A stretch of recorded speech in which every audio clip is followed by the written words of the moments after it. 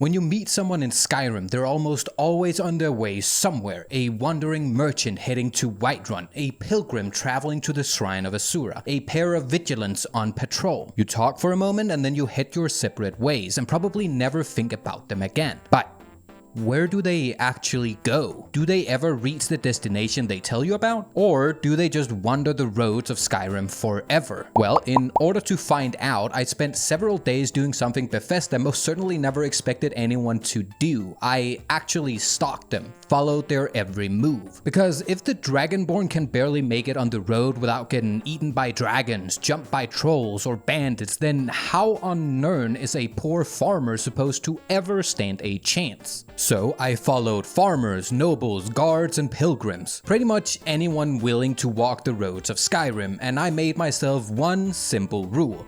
I wouldn't interfere. Like a nature documentary, I'd simply observe. And well, what I ended up finding out stalking these guys for several days was actually way more interesting than I had originally expected. On the road to Riverwood, I saw two people in the distance, clearly armed and decked out, ready for trouble. These are two unnamed NPCs, two vigilants of Stendarr, which, if you don't know, means that they patrol the streets and hunt Daedra worshippers. Basically, they whack bad guys over the head and leave Skyrim a safer place for it. Seeing as they were unnamed, and as I assumed I'd be following these two for a while, I decided to name the Red Guard for Maria and the Dark Elves for Ingrid. Now, what I find really interesting and exciting about these two ladies here in particular is that they don't really give me a specific destination, unlike some of the many other people I followed. And this made me really excited and curious to see where they'd end up, if they'd ever actually make it to their destination. When I first started stalking all of these different people, I was a tad worried that it'd be some boring venture with nothing really happening. So color me surprised when they all of a sudden turn a hard left with Ingrid leading the charge, heading straight into a local farm. And I'm left wondering who or what the hell they're about to excommunicado in here. But it would turn out that the NPCs in Skyrim are actually fairly unpredictable in their pathing. Just about every single case study of stalking shows that they're very, very bad at just sticking to a road and heading straight towards whatever objective they have. This does make them feel a bit more human. I mean, when I play Skyrim, I'll be heading in every which direction, getting distracted just about every 30 seconds. On the other hand, these little side quests, these off-road adventures, they never actually lead to anything. It honestly almost feels like they have some momentary stroke and just decided to fuck off into the wilderness only to be reminded of their original objective and head straight back to the road. I don't know, it's kind of weird. It's almost as if Bethesda didn't actually expect you to closely study, stalk, and follow every NPC like some freak with ulterior motives. Anyway, after a little while on the road, Ingrid and Maria encounter their first obstacle, their first hostile encounter. And this one is particularly exciting to me because I want to observe how they behave, their patterns, to get a better understanding of the people we've been meeting on the roads for the past 15 years of playing Skyrim. And of course, it makes perfect sense that they immediately face the most basic test of any adventurer on the roads of Skyrim, a pack of hungry wolves. Unsurprisingly, they waste no breath here. They unsheath their clubs, ready their spells, and Ingrid leads the charge. They quickly deal with the wolves and promptly returns back to the road and continue onwards towards their mysterious location. Something quite interesting I noticed while following these two is that Ingrid seems like she's the leader. It's almost as if Maria here is leashed to Ingrid and has to follow her every step. If Ingrid, for whatever reason, comes to a halt, Maria mirrors her actions to a T with a slight delay. And when Ingrid starts walking again, well, so does Maria. I told you earlier that I followed around a ton of different NPCs, and this behavior seems to be the case every time there's multiple people in a group. There's always one designated leader, which the rest of the group follows. And if there's more than two people, they're always walking in a straight line rather than as a group. It's almost like a hierarchy of who is leased to which character. Now, this also means that it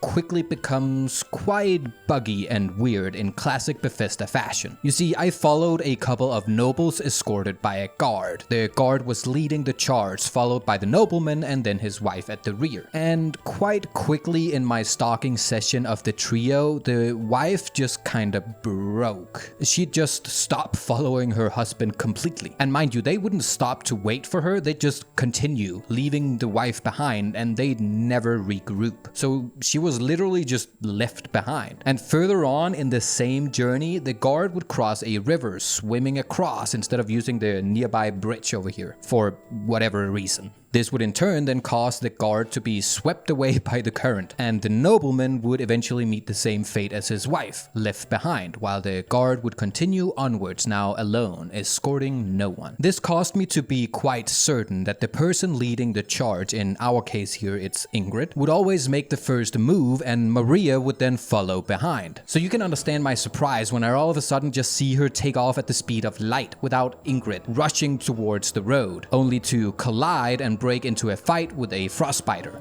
alone. So when combat is involved, it seems like the rules change, even for just a short bit. As once Maria had dealt with the threat of the frostbiter, she quickly ran back towards Ingrid to be reunited. And well, this is where things got a bit complicated. See, Ingrid got stuck behind a tree trunk, and Maria, in her desperation to follow her leader, tried everything to get back to Ingrid, eventually resorting to some sort of black magic, causing her to suddenly teleport inside the tree trunk. Now, I've been following these two for quite a while now, gotten a bit attached. So, considering my past experience, I got a little worried here, as Ingrid, despite her partner being stuck, unable to follow her, seemed to have no qualms leaving her behind, and started to just head along down the road. For a moment here, I had this strange feeling in my gut. I had set myself the rule of not interfering, but like I said, I had gotten a bit attached to Ingrid and Maria. I wanted to see how their destiny would unfold, where they'd go. So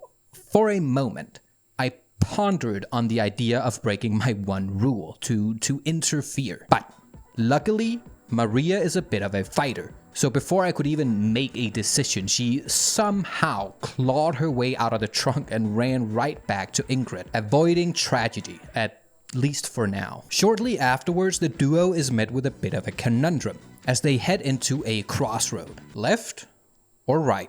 Ingrid immediately leads the charge as always and turns straight left. However, Maria, seemingly for the first time, actually questions Ingrid's decision, as she doesn't just follow blindly, she actually stands her ground. Maybe she's realizing that Ingrid, her leader, doesn't value her as much as she thought she did, seeing as she was ready to leave her behind just moments prior. But eventually she does come to the conclusion that, well, Ingrid is her leader, and she is sworn to carry her burdens. Here they come across yet another pair of frostbiters, but Ingrid ends up strangely fascinated with one of the spiders and proceeds to crouch down and inspect it for a long time. Such a long time that I had to make a hard decision. I was gonna break my one rule. I would interfere. I wasn't ready to let go of these two ladies just yet, and after watching them endlessly stuck here, I went up and interacted with Ingrid. Stendar's mercy be upon you,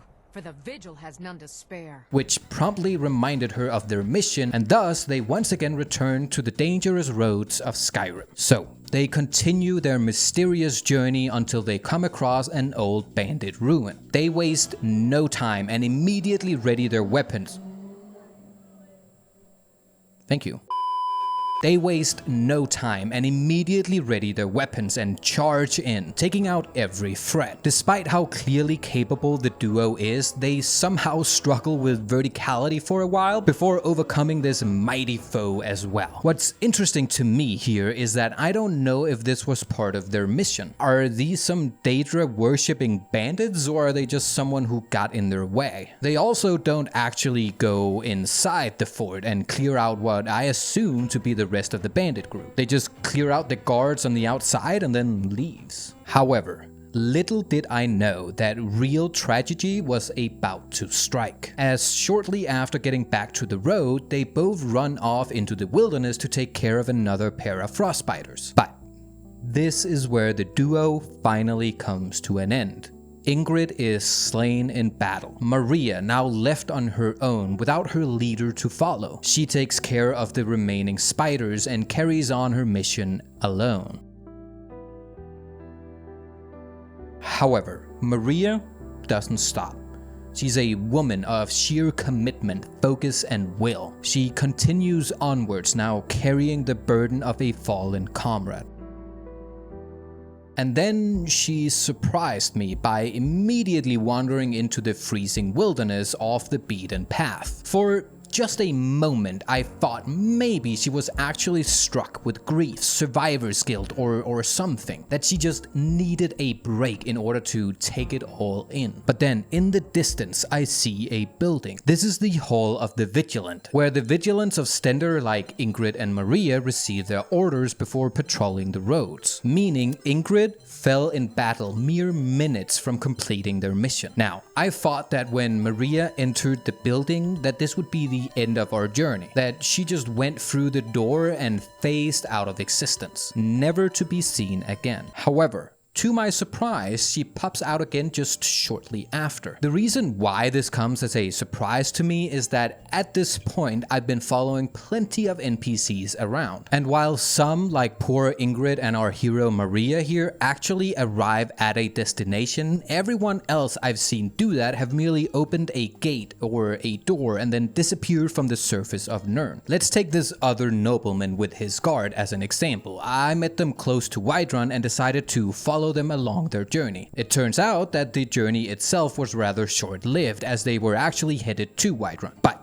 upon reaching Whiterun, the guard went through the gate and disappeared. The nobleman, however, on his horse just stood there. It wasn't until I went through the gate to look for the guard, seeing as he was gone, headed back out, and so was the nobleman. So seeing Maria actually persist in the game world and pop back out kinda gave me a strange sense of comfort. Maria wasn't just some random NPC with the sole purpose of creating the illusion of a living world, like most other NPCs I had come across so far. She actually existed here. She carried out orders, went on patrols, but that also implies that poor Ingrid was the same. A proud soldier lost in battle. So I decided to continue following Maria. And on the way back to the road, I was kinda shocked, as someone looking exactly like our girl Ingrid was just actually chilling here on the tanning rack. Maybe she has a twin sister in the ranks. Unfortunately, I couldn't really interact with her, so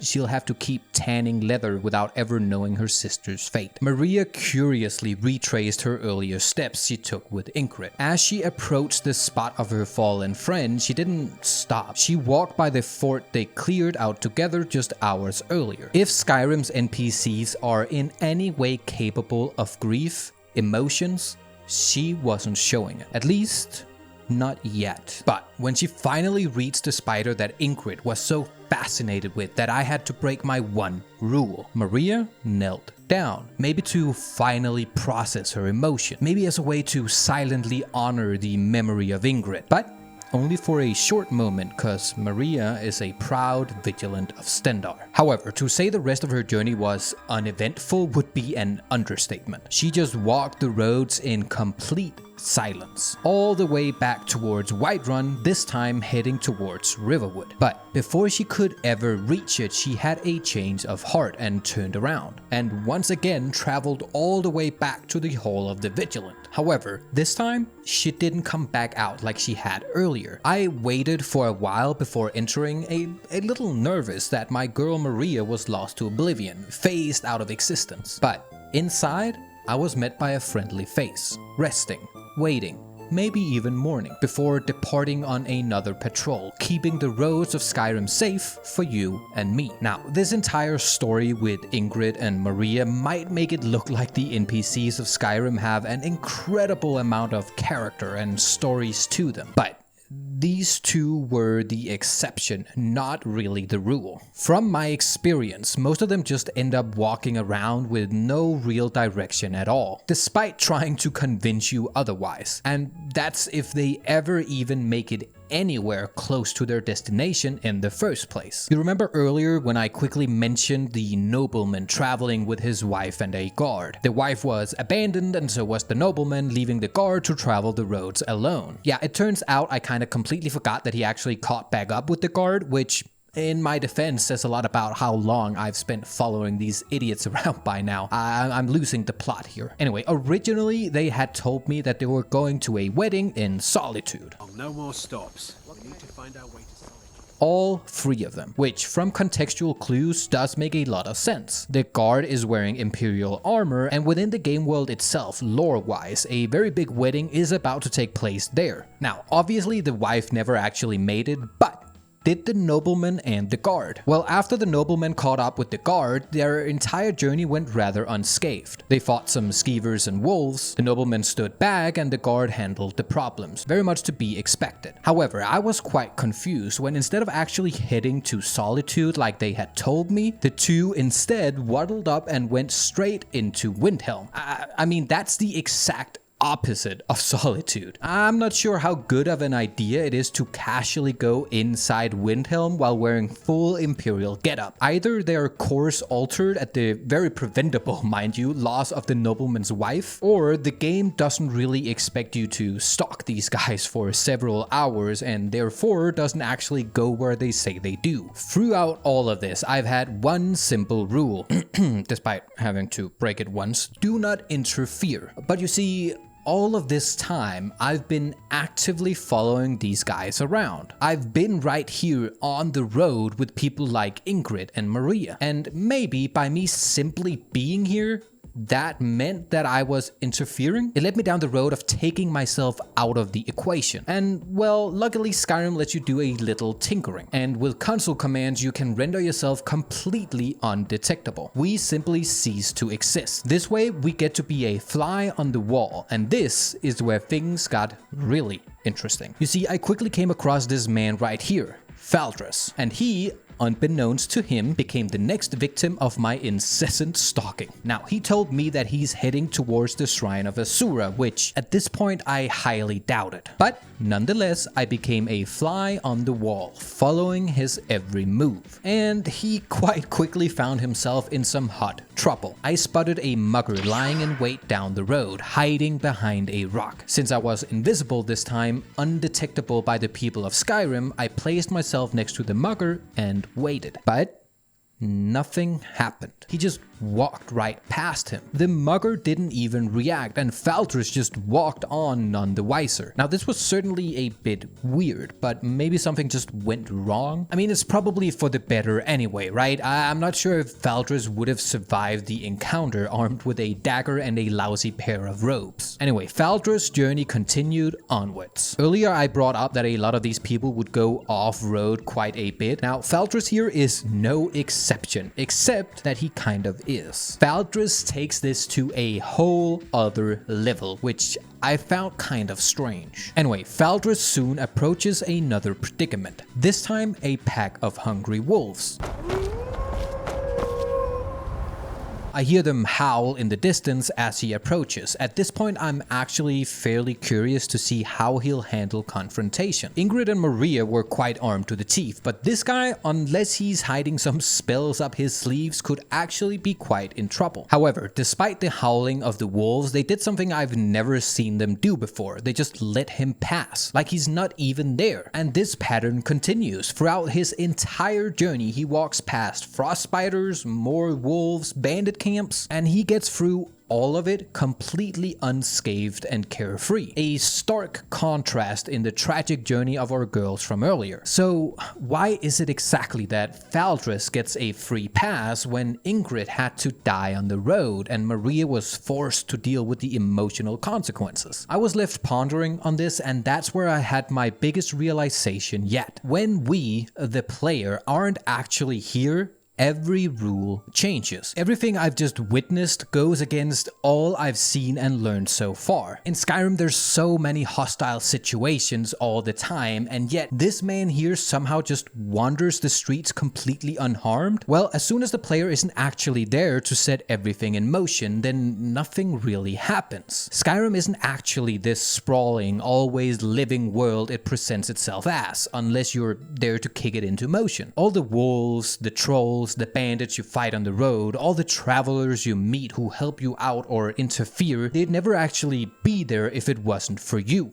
Anyway, Valdres continued his journey, and I, a fly on the wall, followed along, seeing him walk past every threat along the way. Now, it was starting to get a bit dark and cold, so when Valdres turned up at the town of Dawnstar, I figured that despite being quite a ways off from the Shrine of Asura, it would make sense for him to stop here, maybe rent a room, rest and recover, like we saw Maria do at the Hall of the Vigilant. But he did none of that. He just found a path up the mountain behind Dawnstar and started his climb. However, this mountain would be the end of his journey. Not from some tragic end like Ingrid. Instead, Valdres just got caught up in this endless loop of scaling the mountain, climbing back down over and over and over again. And this went on for hours. He must have done this at least 7 times before I realized that he, like almost every other NPC I had come across, probably lied about his destination. And eventually, when stalked long enough, didn't really know where to go and got stuck. Skyrim is a game that's widely known to be one of the most immersive gaming worlds in existence. It's a place where players like you and I can get lost for hours on end for 15 years now. But instead of being this massive, breathing, living world I've always seen it as, I've come to realize that when having a look behind the curtain, rather than a living world, it's more of a stage. A very smartly engineered play with you acting as the leading role. Without you, the play stops. Everyone in the world is waiting for you, for your lines, for your actions to take place so that they can reactively recite their lines and start the play. Except, well, maybe except for Maria. As always, a massive thank you to all of my lovely channel supporters for helping me make all of this possible. It truly means the world to me. I'm Koff. It was a pleasure, and thank you for watching. Boop!